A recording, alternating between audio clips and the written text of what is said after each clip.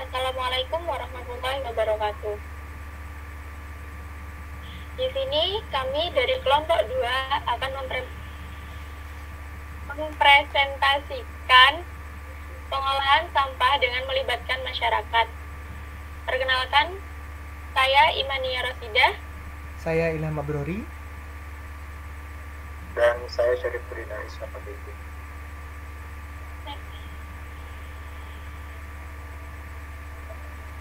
Dalam pengelolaan sampah melibatkan masyarakat terdapat latar belakangnya, yaitu pencemaran lingkungan yang semakin meningkat disebabkan oleh berbagai hal, seperti bertambahnya populasi manusia yang mengakibatkan meningkatnya jumlah sampah yang dibuang.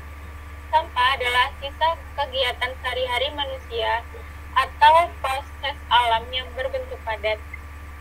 Timbulan sampah pada permukiman perkotaan berasal dari rumah tangga, warung, bangunan umum, dan industri rumah tangga. Pertumbuhan penduduk di kawasan pemukiman perkotaan menimbulkan permasalahan pengelolaan sampah. Pengelolaan sampah adalah kegiatan yang sistematis, menyeluruh, dan berkesinambungan yang meliputi pengurangan dan penanganan sampah. Model pengelolaan sampah yang dikenal saat ini antara lain penimbulan sampah, penanganan di tempat, pengumpulan, pengangkutan, pengolahan, dan pemrosesan akhir. Dari latar belakang tersebut terdapat suatu tujuan, yaitu yang pertama, memaksimalkan peran masyarakat sebagai sumber daya alam menangani masalah sampah. Yang kedua, pemanfaatan teknologi dalam pengolahan sampah. Yang ketiga, pelaksanaan 3R di masyarakat. Yang keempat, meminimalisasi biaya operasional pengangkutan sampah. Nah, di sini terdapat pengertian sampah. Sampah yaitu benda atau zat padat baik organik maupun anorganik akibat aktivitas manusia yang tidak digunakan lagi, kemudian dibuang serta dikelola agar tidak membahayakan lingkungan. Terdapat juga sampah anorganik, yaitu sampah yang dapat didaur ulang, dan terdapat sampah organik, sampah yang biasanya tidak didaur ulang. Asal sampah bisa dari rumah tangga atau daerah pemukiman, tempat umum dan pusat perdagangan, industri berat dan ringan, serta pertanian dan peternakan.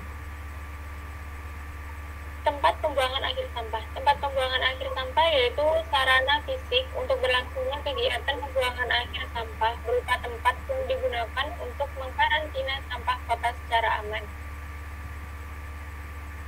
Nah, kemudian selain ada jenis sampah anorganik dan organik, di sini juga ada jenis sampah yaitu sampah B3. Nah, pengertian B3 sendiri ini adalah kepanjangan dari bahan beracun dan berbahaya.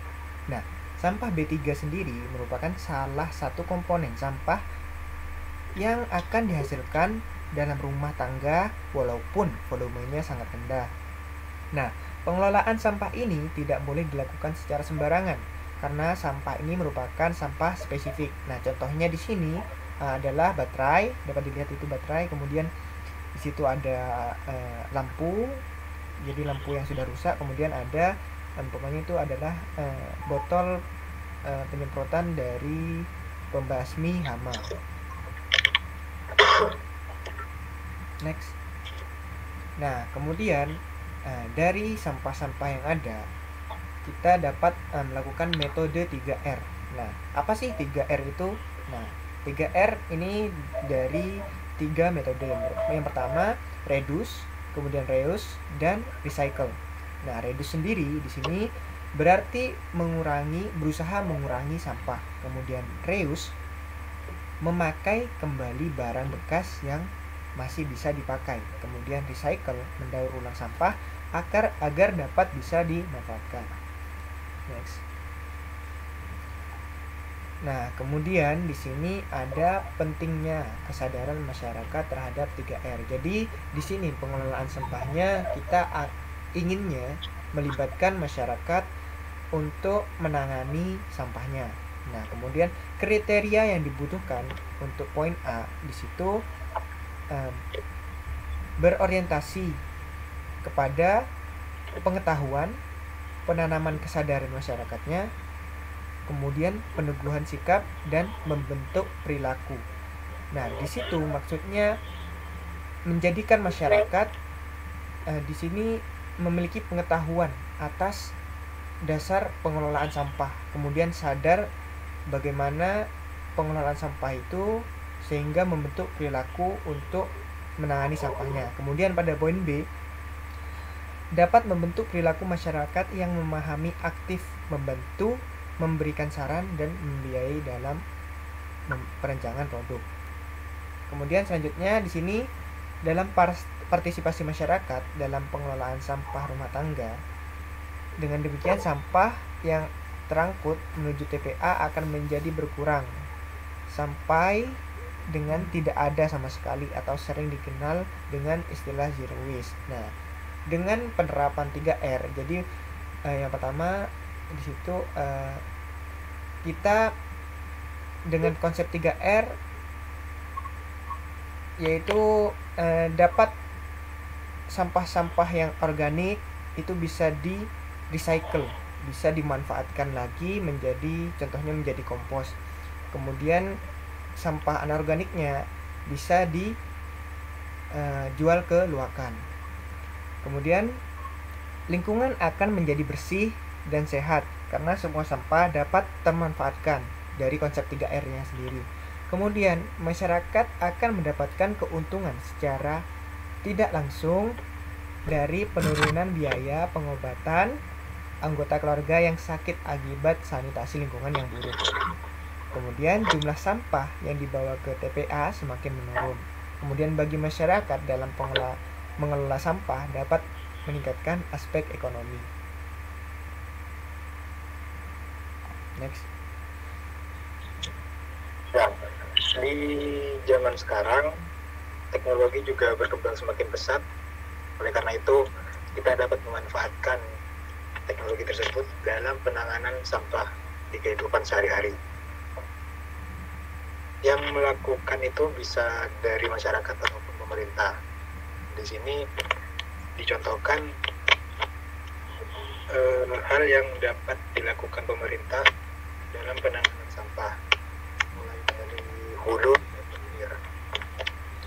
Penanganan yang di hulu atau dalam artian penanganan pertama yang awal itu bisa dibuat mesin pemilah sampah. Mesin pemilah sampah ini dapat membedakan atau mengklasifikasikan sampah anorganik, organik, dan B3 secara otomatis menggunakan citra digital. Jadi dari pemerintah bisa membuat suatu program kerja untuk mesin pemilah sampah ini agar dapat ada di setiap daerahnya, seperti itu. Kemudian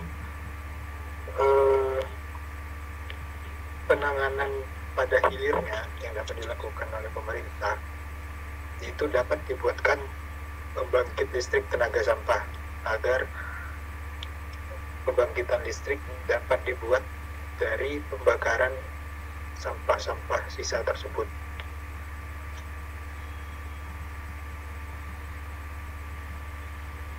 Ya, dari penjelasan yang sudah disampaikan sebelumnya, ada beberapa kesimpulan yang dapat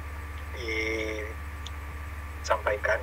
Yang pertama yaitu diperlukan kesadaran masyarakat untuk berperan aktif dalam pemilahan sampah.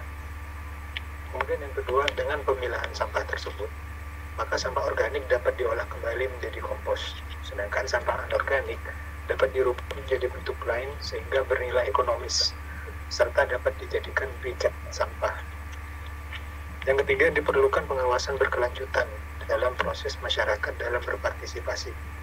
Dan yang terakhir yaitu penanganan sampah dapat dilakukan di hulu maupun di hilir, seperti yang sudah dicontohkan sebelumnya.